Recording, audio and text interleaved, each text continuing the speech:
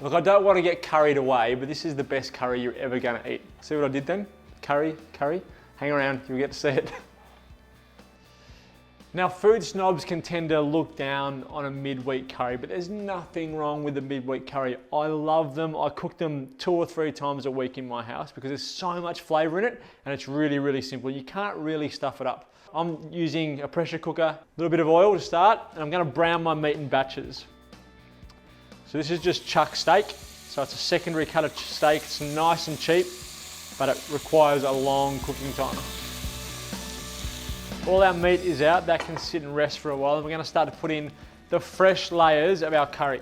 So 1 onion which has been diced. Now you could throw all this if you wanted to into a food processor and blitz it up, but if you cut it finely, you're gonna get the same sort of result. 1 chili, diced. A couple of cloves of garlic, diced.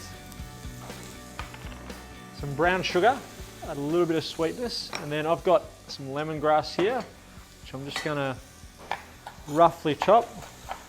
Now because it's going to cook for so long, as I said, you don't really need to pound it up and turn it into a paste. This stuff will cook out, it will become nice and tender, and you'll extract all the flavour from it. And then the final thing to go in there with all that is some curry leaves. So we'll throw some curry leaves in, about 20 leaves.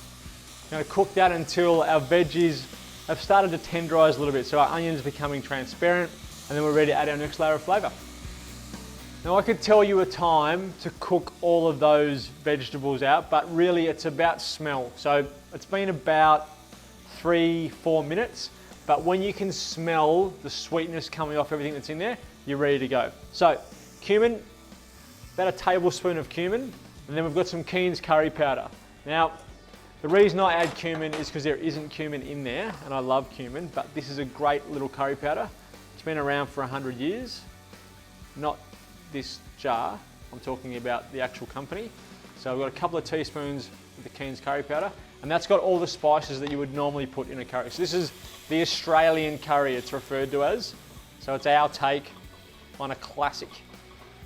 And it's a smell that reminds me so much of growing up. My nan loved Keen's curry powder.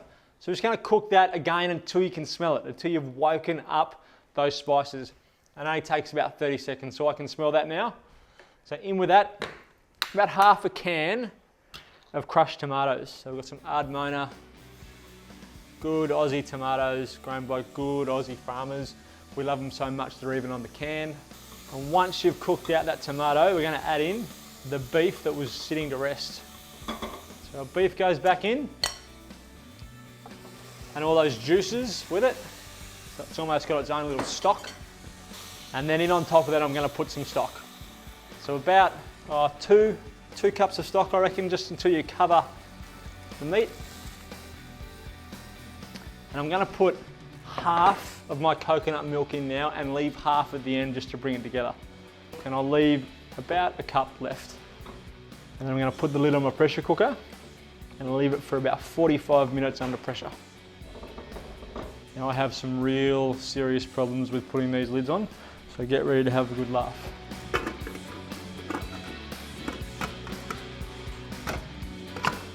I'm getting better.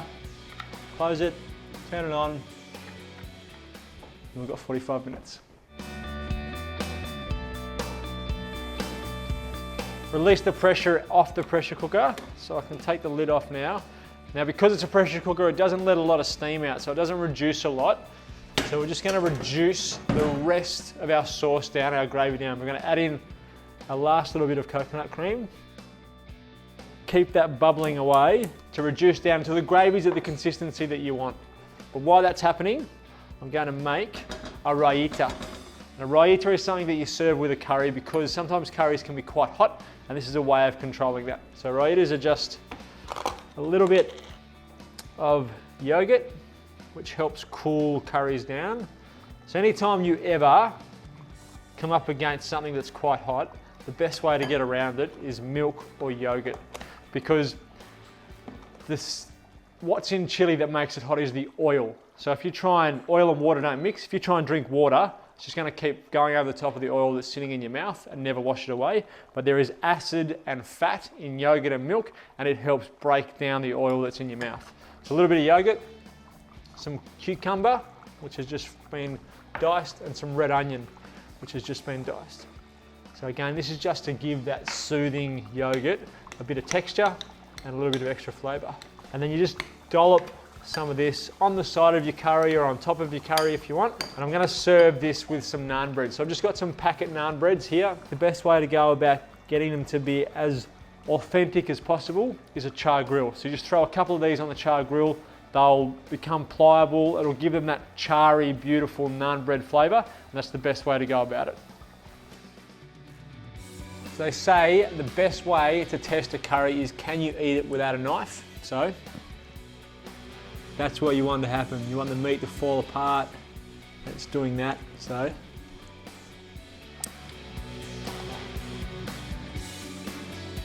I said I wasn't going to get carried away, but it's a damn good curry.